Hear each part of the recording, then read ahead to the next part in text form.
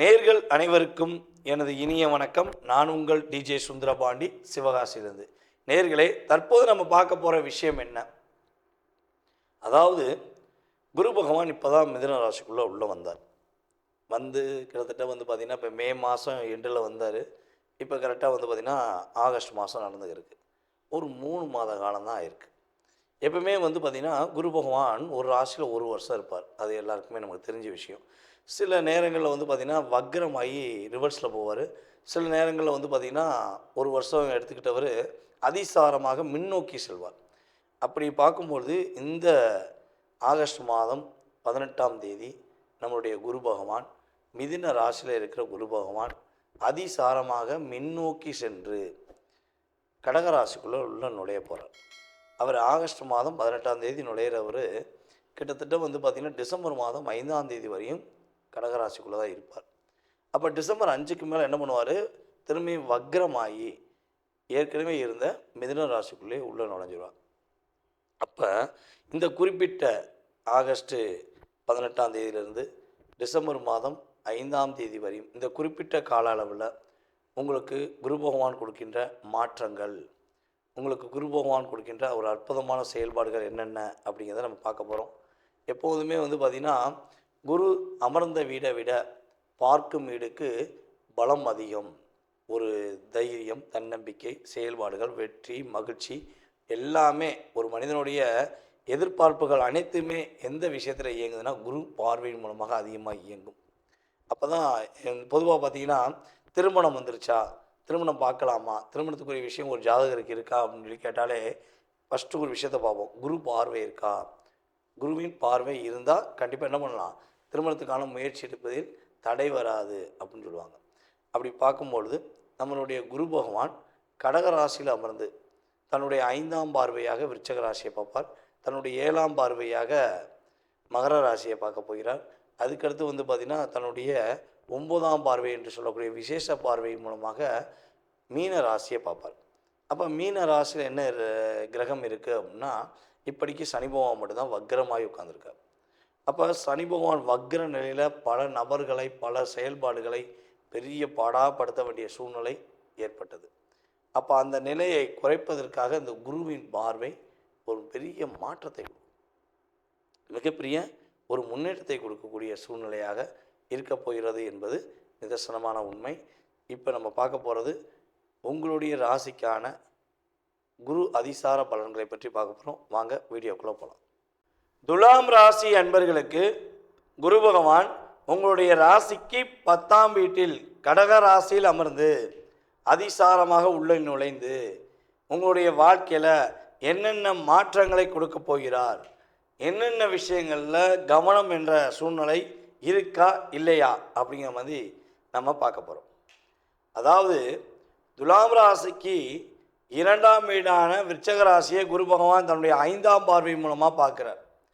அதே போல் பார்த்திங்கன்னா துலாம் ராசிக்கு 4ஆம் வீடான மகர ராசியை குரு பகவான் தன்னுடைய 7ஆம் பார்வையின் மூலமாக சமசத்ம பார்வை என்று சொல்லுவோம், அந்த பார்வை மூலமாக பார்க்குறாரு.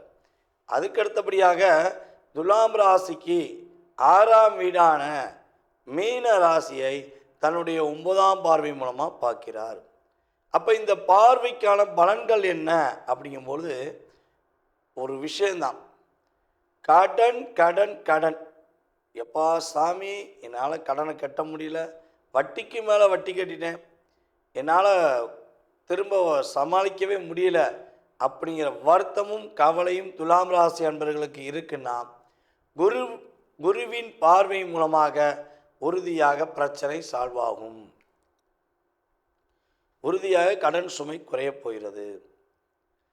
மன அழுத்தம் இல்லாத ஒரு சூழ்நிலை.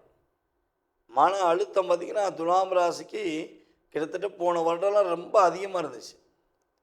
எதையுமே ஒரு நிலையான தன்மையில் முடிவெடுக்க முடியல, ஃபுல்லாமே டிப்ரெஷன், குழப்பம் அப்படிங்கிற சூழ்நிலையில் இருந்திருக்கும்.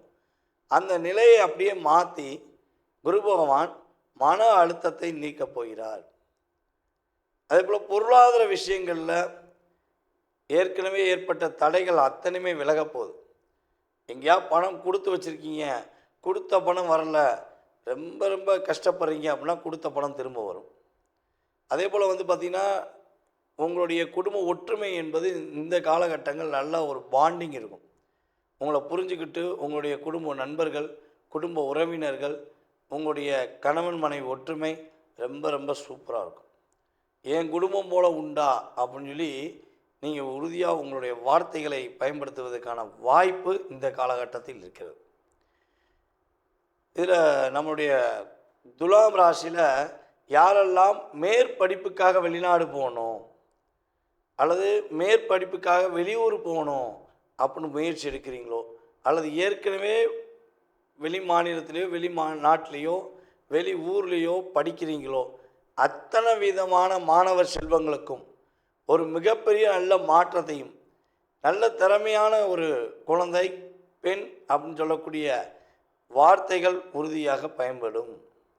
நீங்கள் அப்படியே உங்களுடைய எந்த போட்டியில் நீங்கள் கலந்துட்டால் வெற்றி பெறுவீங்க. இந்த போட்டி அந்த போட்டி எந்த போட்டினாலும் வெற்றி தான்.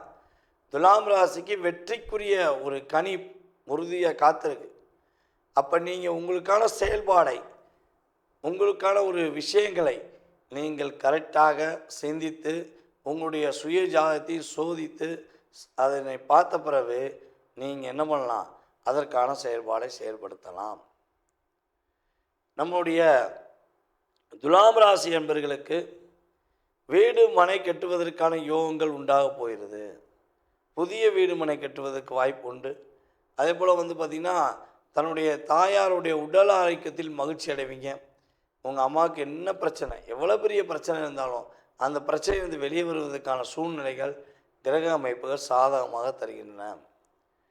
நம்மளுடைய துலாம் ராசி என்பர்களில் யாரெல்லாம் கம்யூனிகேஷன் சம்மந்தப்பட்ட ஃபீல்டு, தொலைக்காட்சி சம்மந்தப்பட்ட ஃபீல்டு, அதிகாரி என்று சொல்லக்கூடிய அரசாங்க துறையில் வேலை பார்க்கின்ற அத்தனை வகையான மேல் அதிகாரிக்குரிய அங்கீகாரத்துக்குரிய விஷயங்களில் யாரெல்லாம் பணி செய்கிறீர்களோ அத்தனை விதமான நபர்களுக்கும் குரு பார்வையின் மூலமாக ப்ரொமோஷன் உண்டு. ரொம்ப நாளாக ப்ரொமோஷனுக்காண்டி காத்திருந்தீங்கல்ல, எவ்வளோ ஒர்க் பண்ணியிருப்பீங்க, எவ்வளோ ஹார்ட் ஒர்க் பண்ணியிருப்பீங்க.